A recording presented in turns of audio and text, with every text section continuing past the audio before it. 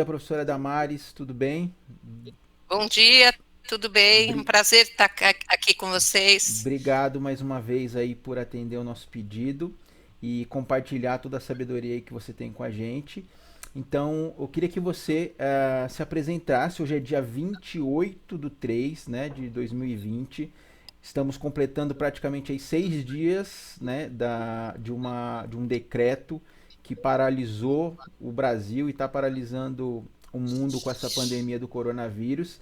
Então, acho que a gente vai fazer uma discussão importante para poder compartilhar com outras pessoas. Então, se apresenta para o pessoal que vai estar te conhecendo agora pela primeira vez, professora. Pode ser?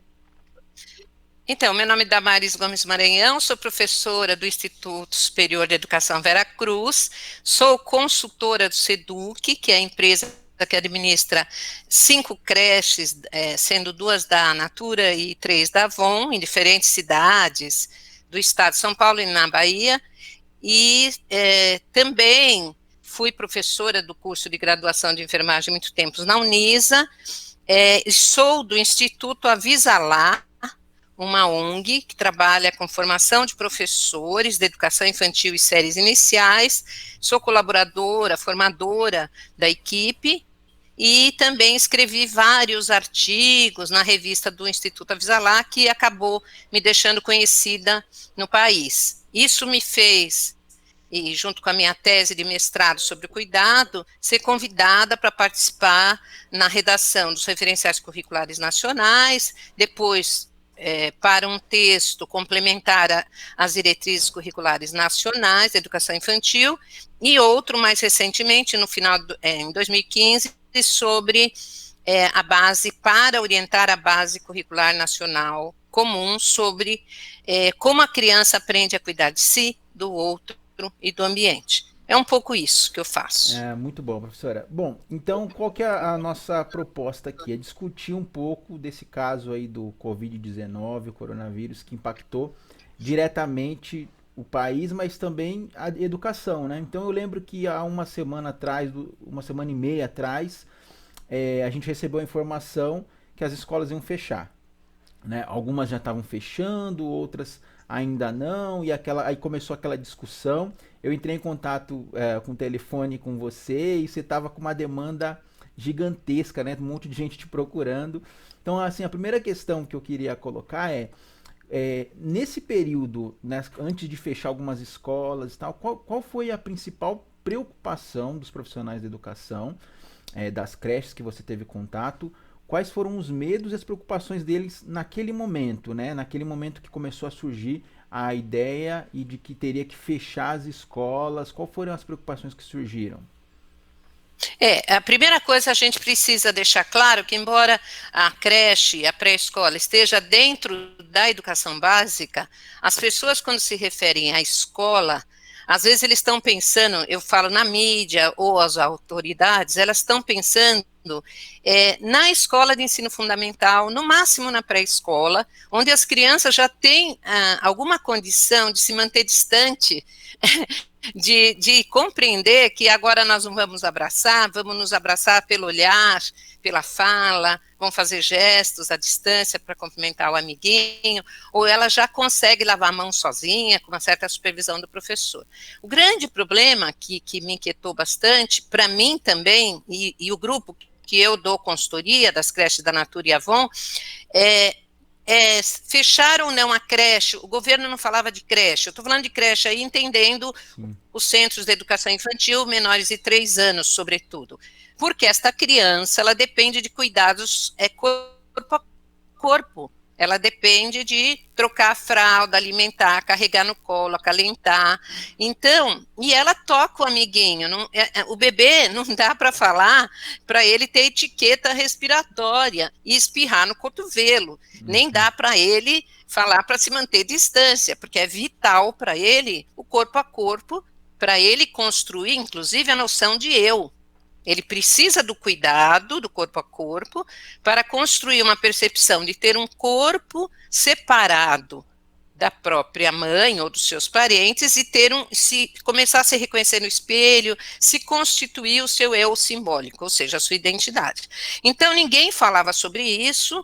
Eu também comecei a procurar orientações técnicas sobre desinfecção de ambientes onde tivesse tido, por exemplo, numa das unidades que eu acompanho, supervisiono, teve um caso de uma criança que era sobrinha de uma pessoa que esteve na Itália e que estava doente. Então, o que fazer? Essa criança foi para o médico com sintomas respiratórios, não foi confirmado depois. Mas antes de confirmar, eu tinha que dar uma orientação de como, se esse ambiente podia ser limpo e desinfetado da mesma forma que a gente vem fazendo há muitos anos, e que está publicado no meu livro, lá que eu até dei para os alunos do Vera ler, né?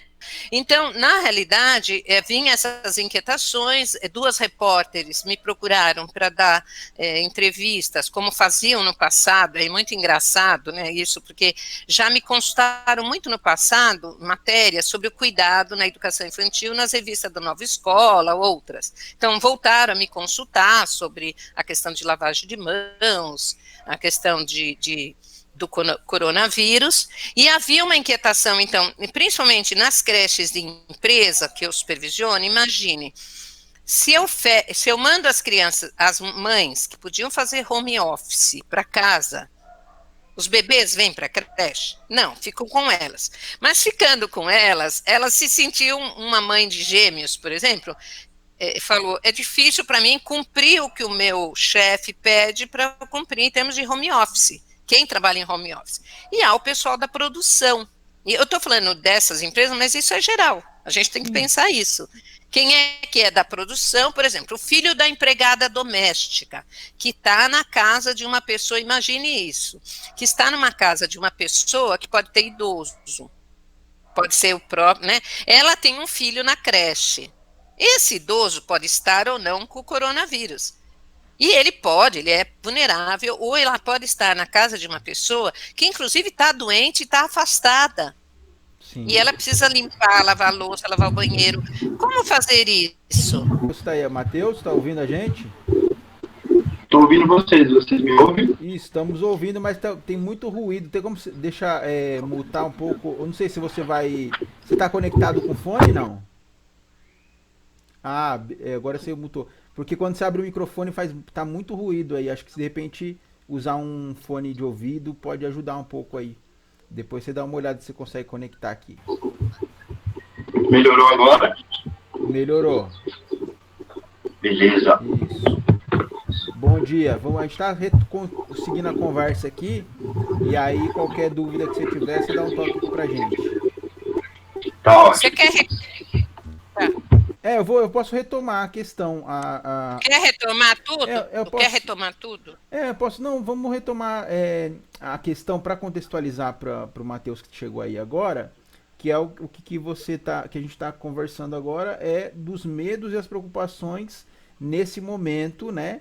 Que as famílias tinham que parar e ficar com as crianças em casa, e ao mesmo tempo a demanda do serviço ela precisava ser mantida, quem ia trabalhar home office. E aí como é que faz? Porque é um vírus que transmite, pelo menos o que eu sou leigo no assunto, mas é um vírus que parece que tem um poder de transmissão muito forte, né? Ele parece que é fácil de se contaminar, né? E aí eu queria já colocar uma outra questão. Quais são os protocolos que existem, por exemplo, dentro das creches ou das pré-escolas, que evitam o tipo de contaminação de vírus como esse? Não só esse, mas acho que é muito parecido com uma gripe. É uma gripe mesmo comum, né? Quais são os protocolos que já existem, por exemplo, dentro das creches, das pré-escolas, que ajudam a combater e evitar o tipo de contaminação com esse tipo de vírus? Então, a primeira coisa, Vitor, é que a gente poderia falar, existem ou deveriam existir? Esta é uma questão, né, que eu vejo mesmo com os meus alunos da pedagogia do Vera, ou outras pessoas, que muitos trazem para mim, na prática, que não veem algumas escolas seguindo, não veem algumas creches seguindo alguns protocolos, né. A gente vê ainda muitas falhas na questão procedimental dos cuidados com as crianças. Embora a educação incorporou que cuidar e educar é junto, pensou-se mais nas atitudes do cuidado, do acolhimento, que é fundamental, até para evitar doença, depois eu posso explicar. Do acolhimento, da interação, das brincadeiras, mas os procedimentos que deveriam ter uma formação dos professores, para ele cuidar de uma forma profissional e não com base no senso comum. Quando eu falo na base no senso comum, eu estou dizendo aquele cuidado que a gente faz com o bebê em casa. Não é que está errado, mas quando eu estou cuidando como mãe, como avó, eu mesmo, na minha casa, é diferente de eu cuidar num ambiente escolar e num ambiente onde haja uma profissionalidade do cuidado. O que eu estou chamando de profissionalidade? Não quer dizer perder a afetividade. Eu posso ser muito afetiva, mas eu já ter incorporado, praticado, aprendido, que é o que eu tento ensinar para os alunos do Vera, a fazer uma troca de fralda, a limpar o nariz, a acolher uma criança sem contaminar tudo.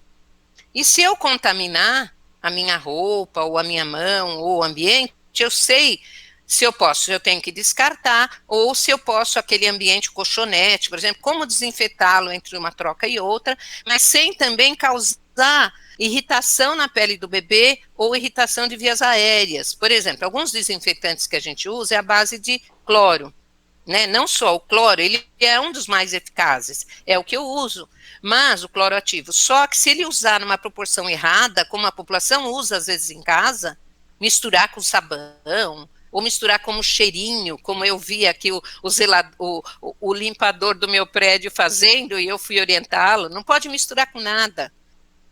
Porque na hora que eu faço isso, ou calculo a quantidade mais ou menos, eu posso estar irritando muito a árvore respiratória das crianças e causar broncoespasmo, causar asma, uma crise de asma num adulto que tem tendência, irritar a pele, irritar a mucosa. Então, eu preciso fazer as coisas, tanto do cuidado, da troca de fralda, da limpeza do nariz, da lavagem de mãos, do acolhimento da criança, de fazer dormir, de dar alimentos, alimentá-las, ou fazê-las participar da alimentação, com alguns procedimentos que nesse livro que eu pedi para os alunos lerem, nesse capítulo que eu escrevi, Higiene, Precauções, Padrões, esse nome, precaução padrão, quer dizer isto, quer dizer aquelas precauções que eu tenho que ter sempre, mesmo antes do coronavírus, pós-coronavírus, porque não existe só o coronavírus.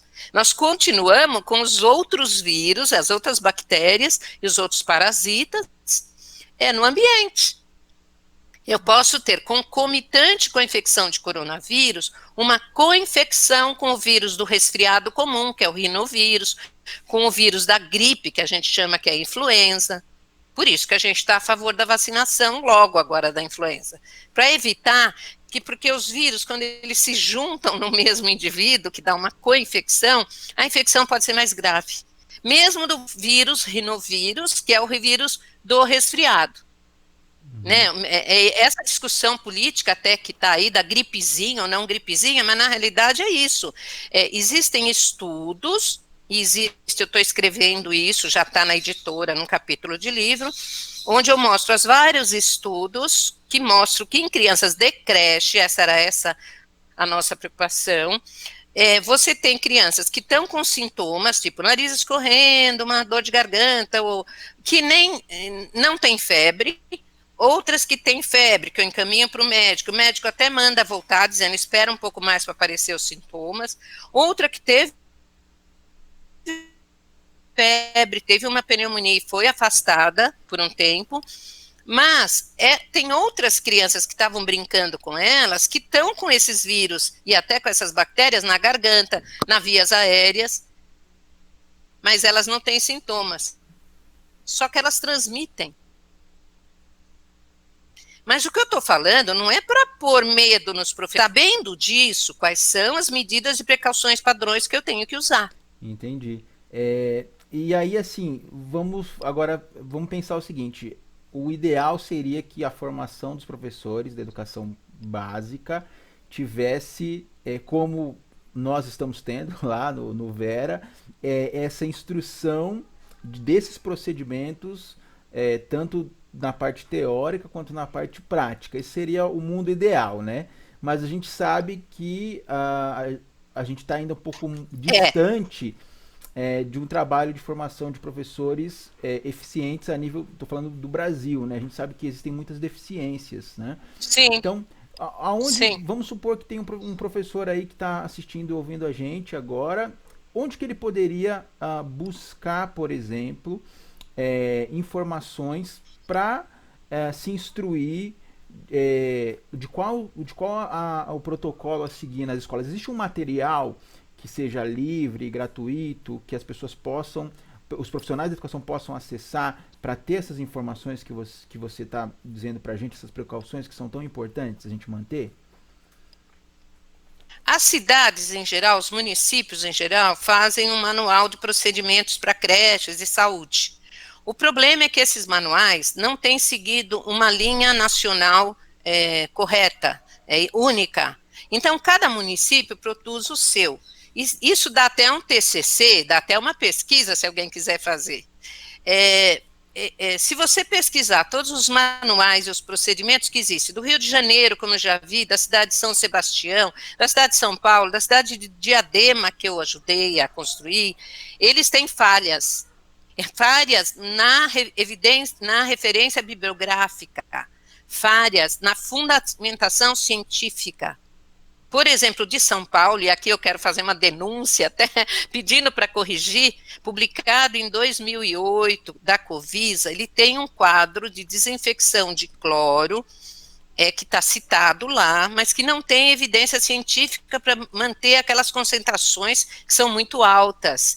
Elas foram citadas num outro livrinho publicado, estou chamando livrinho não só do tamanho, mas isso me choca, como cientista também, e como profissional de saúde, que tem a sua prática baseada em evidência científica. Evidência é quando você tem vários estudos e que eles convergem para uma única orientação, né? São pesquisas de campo, experimentais, mas que convergem numa única orientação, que fundamentam. Quando um médico usa um medicamento para você, ele deve usar o medicamento com base em evidência científica, né? Então, é a mesma coisa. E esta referência que está no de 2008, ela não tem base científica. Todas as outras pesquisas, então esses manuais, eu não diria, se o professor consultar, tem coisas muito boas no publicado pela Covisa, mas não, menos o quadro de desinfecção de cloro, o resto está ótimo, né? O que eu quero dizer, tem essas revistas do Instituto Avisalá, que eu escrevi, que em 1999, quando foi lançada uma sessão que chama Jeitos de Cuidar, onde outros profissionais, nutricionistas, escreveram vários capítulos nessa sessão Jeitos de Cuidar. O meu começou sobre o colo, cuidado que educa, depois lavar as mãos, depois tem um que chama Microbiologia dos Cuidados, que foi escrito em 2006, acho, uma coisa assim, e que estão muito atuais. Então, quando você pergunta isso, e pergunta a demanda que eu tive, é como se me ressuscitassem, no sentido assim, aquelas coisas escritas há muito tempo foram resgatadas. E isso mostra como a gente não valoriza esses aspectos do cuidado. Sim. Né? Porque, na realidade, quando a minha tese, e o referencial, e as diretrizes, fala que o cuidar é integrado ao educar, não pode ser um jargão. O que quer dizer isso? O cuidado é uma ciência e uma arte. Ela tem como base ciências humanas, da educação, por exemplo, que sustenta a educação, mas ela tem a outra perna que sustenta, que é das ciências da saúde. Eu preciso não deixar essa perna cair. Né? Os profissionais têm que conhecer a perspectiva das ciências humanas e a perspectiva das ciências da saúde. O grande problema, Vitor, que eu também estou assessorando um grupo ligado a um trabalho de uma entidade importante de São Paulo, é essa integração entre serviços, né? Saúde, educação, serviço social. A gente ainda não conversa, a gente briga por campos, né? Então, eu diria, vamos parar de brigar por campos e vamos construir e perceber que o conhecimento sobre o humano e sobre o cuidado e sobre a educação infantil é complexo. É tão complexo que eu não consigo vê-lo só de uma perspectiva. E quando eu recorto e torno aquilo uma disciplina, uma ciência, por exemplo, saúde, educação, eu estou recortando uma fatia do todo complexo. E eu preciso desta fatia, eu preciso da outra fatia, né? Como diz a Herculani, a Suzana Herculano, a neurocientista, eu até a cito num artigo meu, publicado na revista do Vera Cruz, Observar para Integrar Saúde e Educação, é isso, ela fala, é impossível olhar o todo e as partes ao mesmo tempo. Então, eu tenho que olhar o cuidado da perspectiva da pedagogia, da perspectiva da psicologia, da perspectiva da enfermagem, que é a ciência do cuidado, Sim. Né? É isso. Muito bem. Professora, deixa eu ver se o Matheus está ouvindo a gente, se ele tem uma questão para colocar. Tá ouvindo a gente, Matheus? Bom dia. Bom dia, vocês estão me ouvindo bem? Estamos ouvindo. Vocês estão me vendo? Estamos vendo, eu estou vendo, estou ouvindo. Legal, professora Damares, eu queria fazer uma pergunta que me ocorreu agora quando a gente fala de vírus, né, de coronavírus, para a gente conseguir criar esse elo entre áreas que são, num primeiro momento, diferentes umas das outras, mas que têm pontos em comum, existem outros vírus invisíveis que a gente tem que combater. Né, nos relacionamentos interpessoais, quando você observa que existe uma guerra invisível, talvez por um poder, por uma influência, questões políticas por detrás, né, que a gente não precisa entrar em detalhes, mas, na sua opinião, o que seria interessante nós fortalecermos para conseguir aproximar cada vez mais esse elo entre as duas áreas, a área da educação, a área da pedagogia e a área da saúde, uma vez que essas duas áreas sozinhas têm suas questões, suas problemáticas, né? Então, quando a gente fala desses vírus invisíveis, né, a gente fala da ignorância de algumas pessoas, a gente está falando da indiferença, dos velhos paradigmas que muitas vezes impedem a implementação de ações que visam inovar o sistema. A gente fala muitas vezes, enfim, do egoísmo, da fofoca, muitas vezes a falta de recurso, né? Então são alguns pontos que acabam contaminando o bom funcionamento dos processos, né? Qual que seria, na sua opinião, o primeiro passo para a gente conseguir fortalecer os elos? Porque no momento de quarentena que a gente está vivendo, todo mundo vai usar as redes sociais para se posicionar, nós estamos usando essa ferramenta para trazer conteúdo, para trazer entendimento, mas, na sua opinião, quais são os 3 pontos-chave para a gente fortalecer o elo entre essas duas áreas, a área da educação e a área da saúde? Primeiro é reconhecer a complexidade, que eu tenho que saber que às vezes eu não sei, né? Admitir que às vezes eu não sei tudo. E isso é difícil para o professor, né? Para o profissional de saúde também.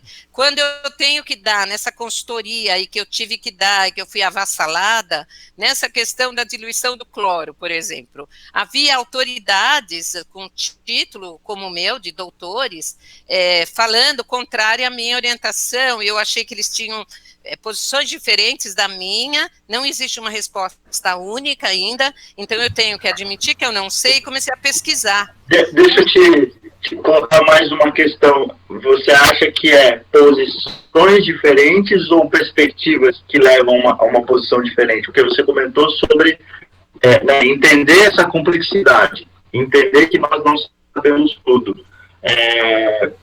Você acha que é um posicionamento ou é um paradigma diferente, que faz com que as pessoas ajam assim com diferença, ou queiram apontar o outro? Não, você não está certa, na sua opinião. O que faz com que elas tenham essa resistência a compreender visões diferentes? Então, a primeira falar pode ser que eu não sei. Mas, assim, a primeira coisa, eu acho que são 3 coisas. São paradigmas diferentes, né? dificuldade de ouvir o outro, do paradigma, a perspectiva do outro, de se colocar no outra perspectiva, e a terceira é a negação. A negação é o vírus mais letal. E a negação, a gente aprende em enfermagem, isso em medicina, que é comum no ser humano, é uma defesa psicológica. Né, é uma defesa de tanto medo, medo é protetor, porque o medo me faz ter ações para, é um hormônio até, né, da adrenalina, que me faz fugir ou lutar, né, mas o pavor, a histeria, esse nome até não gosto de falar, porque está atualmente, não, mas eu quero dizer assim, o pavor faz com que você, às vezes, tenha uma defesa emocional de entrar em contato com a realidade. Você nega a realidade. Então, você tem pacientes com câncer, às vezes, que negam aquilo, a família nega. Eu já vivi isso. Eu já vivi na minha família. Né? As pessoas não querem enxergar a realidade. Elas negam. E isso é um fenômeno psicológico bem complexo. Então, e tem o orgulho, o ego, né? Se eu acho que aquela posição daquela pessoa, que é o que a gente está vendo aí na mídia agora, né? Eu quero ganhar com a desgraça, no sentido assim, não, eu vou provar que eu estou certa, né? Tudo bem, não é uma questão de... Eu também quero provar, no sentido de que será que eu estou... Falei uma coisa boba aí, né? Pequena até, da diluição lá do... Não é boba, mas pequena, um recorte pequeno. Da diluição do desinfetante. Na realidade, eu quero ter certeza para mim tomar a decisão. E, às vezes, eu tenho que tomar, em medicina e enfermagem, a gente toma decisões, e acho que na pedagogia também, decisões que não tem certeza absoluta ainda. Mas aí eu tenho que, eticamente, me concentrar e falar, bom, vou tomar essa atitude e vou responder por ela. Então, quando eu não tenho certeza absoluta, eu já pesquisei, já me informei, mas eu tenho que tomar uma decisão. Por exemplo, se eu socorro uma pessoa que está parada, em termos cardíacos parada. Se eu tive um bom treinamento, uma criança, eu vou lembrar das manobras e vou reanimar. Mas, às vezes, eu fico insegura, não lembro totalmente, mas não tem outra pessoa para reanimar, vai ter que ser eu. Né? Ou se tem, eu sei que o outro pode ser melhor que eu vou chamar o outro. Eu peço ajuda, por isso que a gente sempre fala que quando, numa situação de gravidade, por exemplo, de uma parada, de um engasgo, eu, além de começar a fazer a manobra, a primeira coisa que eu falo, socorro, porque eu não vou conseguir tocar até o fim sozinha. Vai chegar uma hora que a minha respiração vai parar. Esse é um exemplo, né? Então, por isso que em protocolos de primeiros socorros, a gente fala, vi a vítima, reconheci a vítima, acho que ela precisa de, a gente chama de vítima, de reanimação ou de uma manobra, eu vou lembrar do curso que eu fiz, mas eu vou gritar, socorro, estou na sala do berçário 2, né? E quando eu ligo se não vier ninguém, eu vou ter que ligar para o SAMU. Eu estou dando esse exemplo, por exemplo. Vou deixar a criança lá um pouquinho e vou ligar para o SAMU. E vou falar, criança, e não posso me desesperar. Eu vou ter que esperar o SAMU atender, não desesperar e falar, ter dados, criança de 1 ano, engasgou, parou de respirar, estou tentando reanimar, estou na creche tal, da rua tal, na sala 4. E volta correndo para a sala para reanimar. Esse é um exemplo, por exemplo. Tem situações humanas, como a que nós estamos vivendo, a minha posição, por exemplo. Eu, às vezes, aqui em casa, trabalhando muito online, mas vou lá cozinhar, lavar a louça, e na hora que eu lavo a louça, eu penso.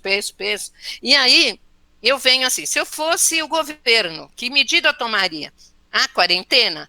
Mas e a pobreza? E o salário? E aí, eu diria, neste momento, foi baseado em ciência, na ciência da epidemiologia, depois eu posso explicar se vocês quiserem isso, na ciência da epidemiologia, por enquanto, neste momento, é a melhor decisão. Agora, ela pode mudar daqui a pouco. E eu acho até que cada município pode ter uma situação do Brasil muito diferenciada, em termos tanto de casos, como de população, de escolaridade. Por exemplo, um doutor que falou no Jornal da Cultura recentemente, muito sabiamente, o Japão. Por que o Japão conseguiu tomar essa atitude de uma forma diferente do Brasil e deu certo? Eles têm uma outra cultura, o que a gente chama de técnicas corporais, de seguir as ordens, de seguir as regras, de aprendizagem das técnicas de lavar a mão, de cumprimentar assim, não de abraçar. Então, o que serve lá pode ser que não sirva aqui. E a própria escolaridade, acho que a educação aí reafirma a educação na saúde, né? Porque sem uma escolaridade básica, fica difícil até eu compreender e julgar as fake news. O que não dá para admitir é professores não lerem a notícia e refletirem, ou enfermeiros, ou quem for, refletir e falar, esta notícia está esquisita, eu vou consultar primeiro, antes de mandar ela para frente. Sim, né? com certeza. Professora, acho que a gente está aqui chegando no final do nosso bate-papo, que foi muito produtivo. E aí, acho que para encerrar, não sei se o Matheus tem mais uma pergunta, mas acho que eu vou fazer a minha questão aqui, depois o Matheus pode completar, né? Nós estamos aí passando um período, um momento de isolamento social que acho que tem um impacto menor do que se nós tivéssemos há 20 anos atrás, por exemplo, porque nós não teríamos essa possibilidade que a gente está tendo agora. Mesmo assim, isso está afetando as pessoas emocionalmente, psicologicamente. E aí, qual que seria a minha questão, né? A gente imaginando que tudo isso vai passar, que daqui a um tempo a gente vai ter vacina para essa gripe e que o próprio sistema imunológico, que eu já aprendi muito com você, professora, vai criar resistência sobre esse vírus. Depois você me corrige se eu estiver errado, mas acho que o processo é esse, A né? gente espera. Que o organismo vá se fortalecendo para esse tipo de vírus.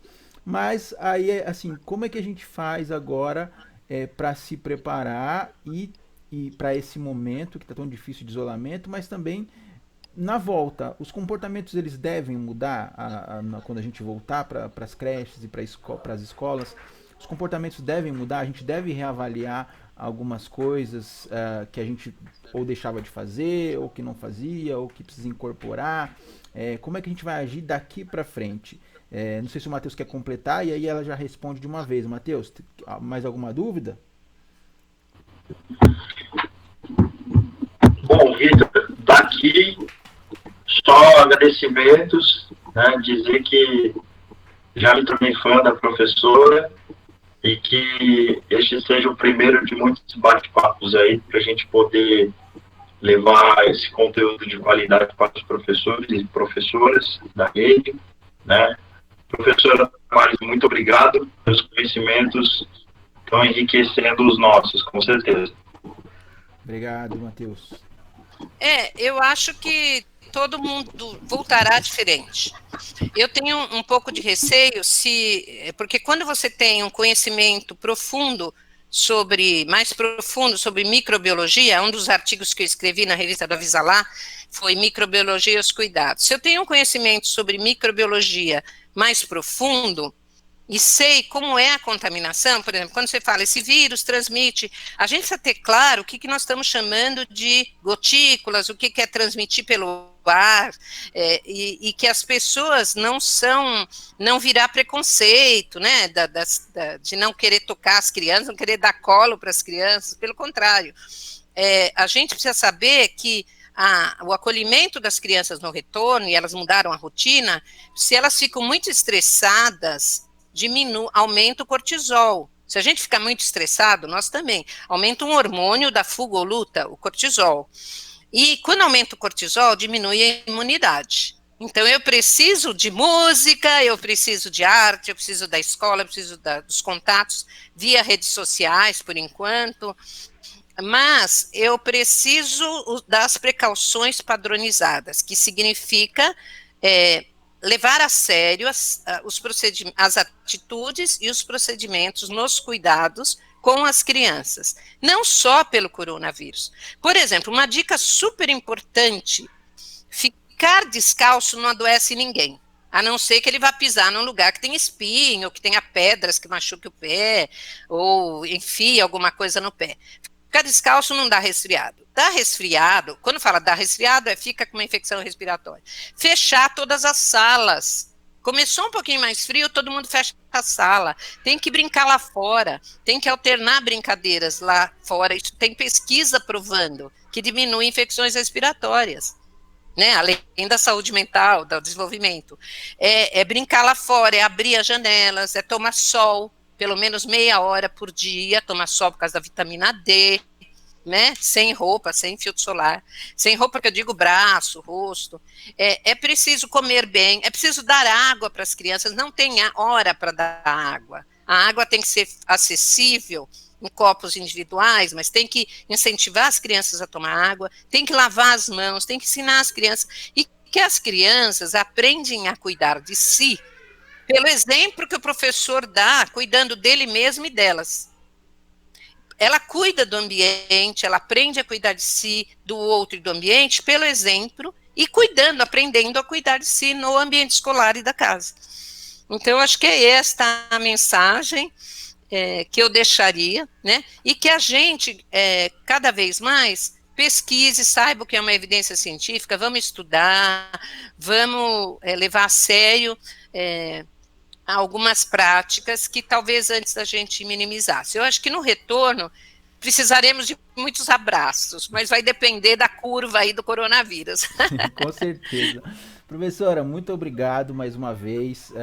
Eu falo assim, está sendo um tempo muito produtivo. A gente já tem se falado alguns encontros e pelo WhatsApp. Acho que isso é bom. A gente aproveita esse momento que a gente está de confinamento, mas aproveita também de forma produtiva para aprender, para conversar, descontrair. Ao mesmo tempo que a gente está aprendendo aqui, é um momento de interação que a gente poderia estar fazendo na faculdade ou em outro espaço, né? Que isso também ajuda a gente a manter a mente saudável, né? Porque a gente vai precisar dela quando a gente voltar, né? Então eu agradeço, muito obrigado mais uma vez pelo seu tempo aqui com a gente. E se alguém quiser estudar com você, professora, como é que faz? Onde que a gente consegue aprender mais com você?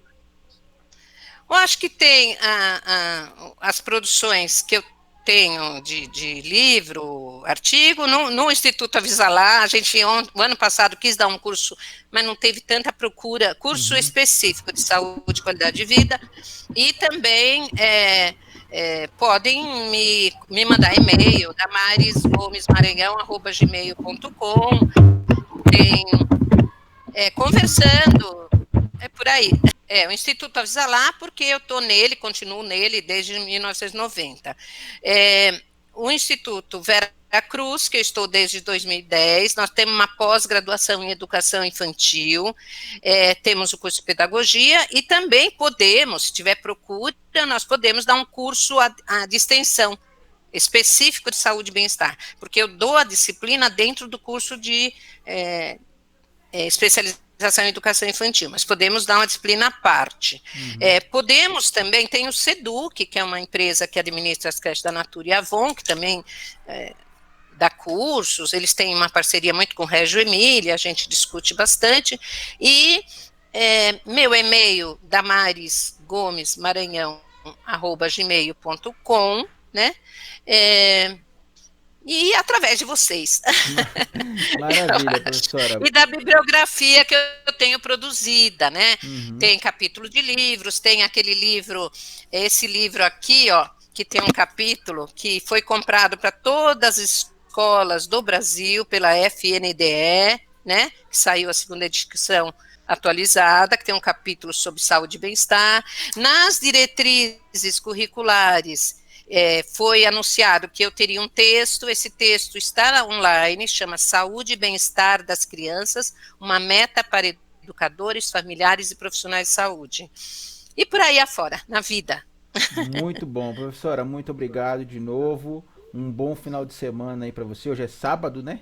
A gente fica meio perdido. Hoje é sábado. Hoje é sábado e espero poder revê-la em breve aí, tá bom, professora? Muito obrigado por tudo. Muito obrigada e saúde para todos nós, né? Saúde. Até mais. Tchau. Tchau, tchau.